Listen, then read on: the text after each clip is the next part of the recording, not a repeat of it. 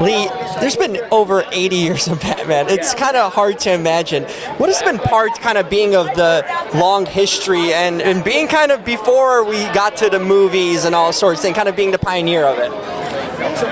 Well, I don't think it's 80 years, really, is it? Since the creation of Batman. Oh, you mean, so the creation in the comic books by, yes, it's amazing. It really is. And I miss Adam so much. We were going to be doing love letters at this time, but he passed away way too early. He had pneumonia and just awful. I miss him so much. What was your relationship with Adam over the years after, in let's say the last couple of decades? What was it like running into him and seeing him? Was it a close relationship you've maintained over the years? Yes, we did, but he went home we were supposed to do love letters together at Theater West here in Los Angeles. And his wife called me, and she gave me the bad news that he had passed away. He got pneumonia when he got home, and it was cold, and it I guess I don't know if he was out in the snow or something, but oh golly, I was just shocked so much, just so disappointed. And they had a wonderful ceremony at City Hall. Did you get to see it here? I didn't get to see it yet. No. Oh, they put up the bat signal on the tower above City Hall. Yeah. Oh, that was wonderful. And I was standing there and thinking about him and wishing I could see him again. And all of a sudden, cold air. I swear. I mean, it was hot. It was hot. It was hot because it was it wasn't really cold. And all of a sudden, and I said, "Are you here? Are you here? I hope you're here." I really just, I think he was here. No, it was something. Have you seen the recent sort of Batman incarnations from the Christian Bale to the Ben Affleck? Have you been following the Batman kind of history over the years? And what's your take on it, the new modern kind of incarnations of them? Oh, I love them. They really fill the bill. Actually, they fill their costumes. But I mean, they know how hard it was to do, because they had more things to do than our Batman. He was casual and easy and all that, but still, I wish they would try for. I don't think they're going to. I don't think they could to top Adam's performance. Yeah, it's tough. His was special. It's tough to get the original. He was special. He really was. I knew I heard a voice. I knew. There's a familiar voice. And he is a dear. He's a dear young man. He really is. Yeah. They're all into animals. They have dogs. Oh, perfect. Oh, yes. Are you a big animal yourself? I have cats and dogs at home. Fitting to have cats. So much too. Well, that's perfect. Thank you so much for your time and speaking to me. Appreciate it. My pleasure. Jim Alexander, pleasure to meet you. You've grown up since I've seen you on TV. How's life? How are things in your life? What's going on with you just in every day? Things are great. 3 kids, all grown at this point. Last one moved out of the house 4 months ago. We're loving it. Working on a couple projects. I'm doing some work in China right now with some investors. Possible cooking show, possible film. We'll see. It's all possibilities right now, but it looks exciting. And I also have a book coming out this week. It'll be available on Amazon. It's called When I Wished Upon a Star. I wrote it with my dear friend who was a Make-A-Wish kid. And it's just kind of a story of hope and how we help change each other's lives. Do you do the cooking on this show? Oh, yeah, no, still cooking. We're actually talking about 2 cooking shows, possibly in China, as well as one here. We're working on a new pilot for that. Hopefully you guys will see it in the next year or 2. And this lovely lady would This is my beautiful fiancée, Joni. I must ask, how is this cooking?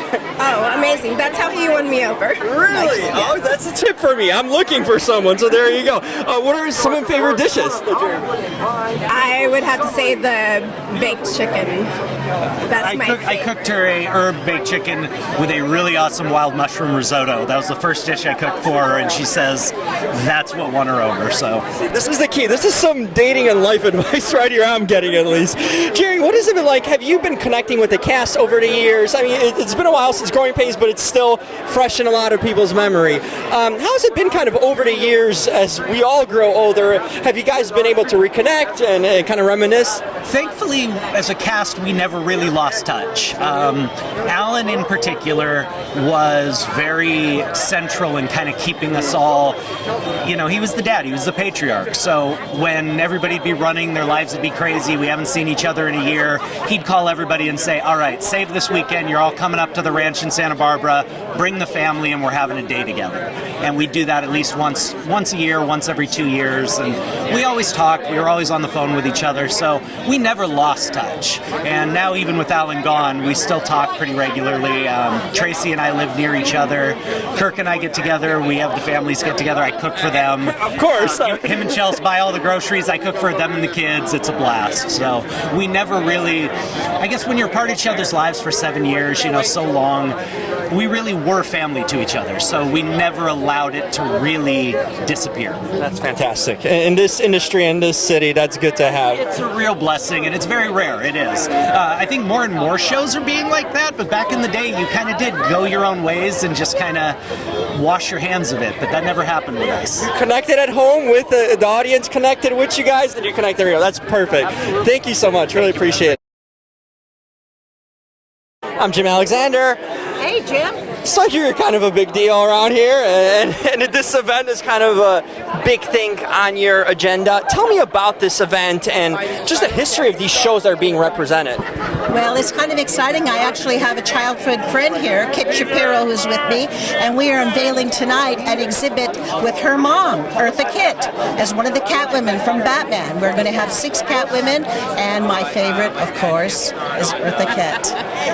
What is it like growing up in a household with kind of a superhero home, I guess? I can't imagine that.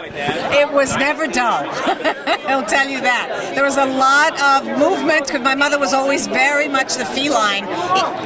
Just as she just had that in her. She just every movement was very cat-like, and of course her voice, which I clearly did not inherit, but it was a pretty incredible life growing up with her. Was there a sisterhood of these Catwomen kind of from the show in a ways? Because there's a lot of we've had multiple of them. What is that like, that relationship? Have you ever heard stories about that? Well, they never overlapped, so they never really got to know each other very well, but I think they all really understood that they represented very strong, empowered women who, at a time when before we really talked about women having really that kind of power. And even though they were villains, they still had a true sense of themselves, whether they were wearing a slinky, sexy outfit or not.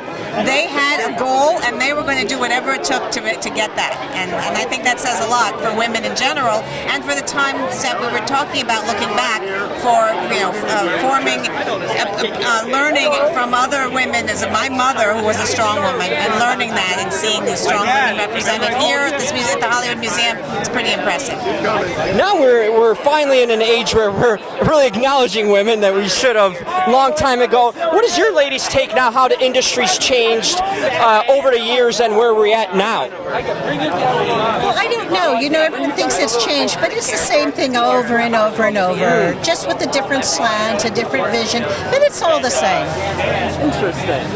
I mean, I would agree. I think now we're talking about it more, but I think, and like I said, I grew up with a woman who was incredibly empowered and talked about that and used that to be, and was unique and stood her ground and stayed true to herself. So is that what that kind of a role model that now we're talking about in the media. I had that. I lived that every day, and so I can't really. I'm glad to see more people talking about it openly. And finally, we're kind of acknowledging shows that have been on for decades. 80 years of Batman creation, Bionic, 40 plus years.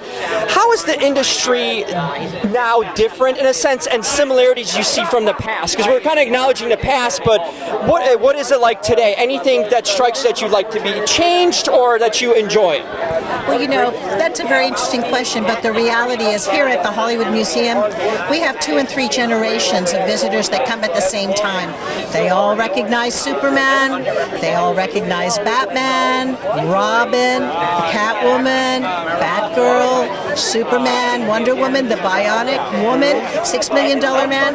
It's just that there are different versions of these same characters depending on what generation you grew up in. But everyone identifies with it. Very true. Well said. Thank you, ladies, so much. Appreciate it. Thank you.